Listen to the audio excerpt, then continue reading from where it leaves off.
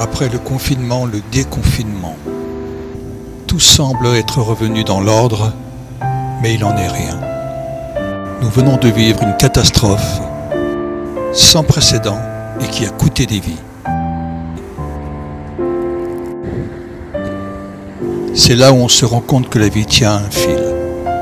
C'est là où on se rend compte qu'on peut tout reconsidérer, que rien n'est acquis. L'argent, ça va, ça vient, mais nous, quand on part, on ne revient plus.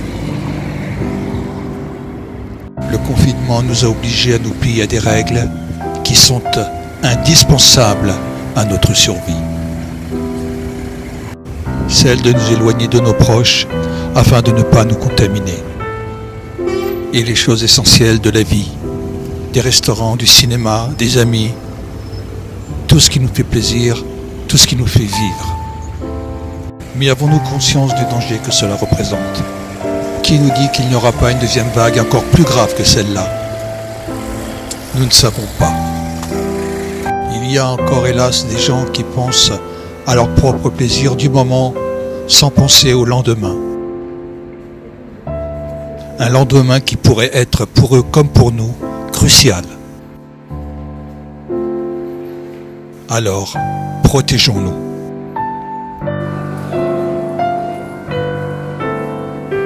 Les commerces semblent reprendre, même si certains mettent la clé sous la porte. Les distances semblent être respectées. Les masques sont mis ainsi que les gants. Oui, mais pour combien de temps? Tous les soirs à 20 h, on applaudit les infirmières et les infirmiers et tout le personnel hospitalier. Mais à quoi cela sert-il si nous ne respectons pas les consignes de sécurité? Oui, nous sommes en guerre. Une guerre sanitaire et économique. Même si le nombre de décès a considérablement baissé, nous ne sommes pas du tout à l'abri d'un éventuel rebondissement. Et je ne vous parle pas de la crise économique, alors soyons prudents. Les transports en commun semblent reprendre progressivement.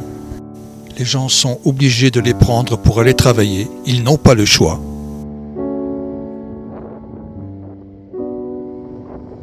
Si tout va bien, bientôt, tous les corps de métier reprendront du travail et l'économie se relancera progressivement. Mais nous avons commis des erreurs en 1929 que nous ne commettrons pas maintenant. L'expérience est bien acquise. Il semblerait même que les banquiers n'ont pas fait les mêmes erreurs qu'en 1929, ce qui nous sauvera peut-être. Alors, soyons positifs.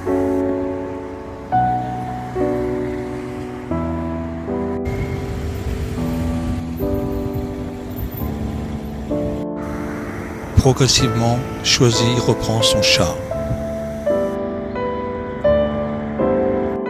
Le bruit de la circulation se fait entendre.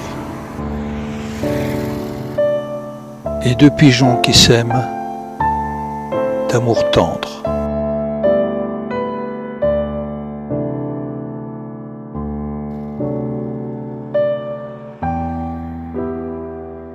Malgré tout, il y a comme un air d'après-guerre. Est-ce une illusion ou une réalité? L'avenir nous le dira.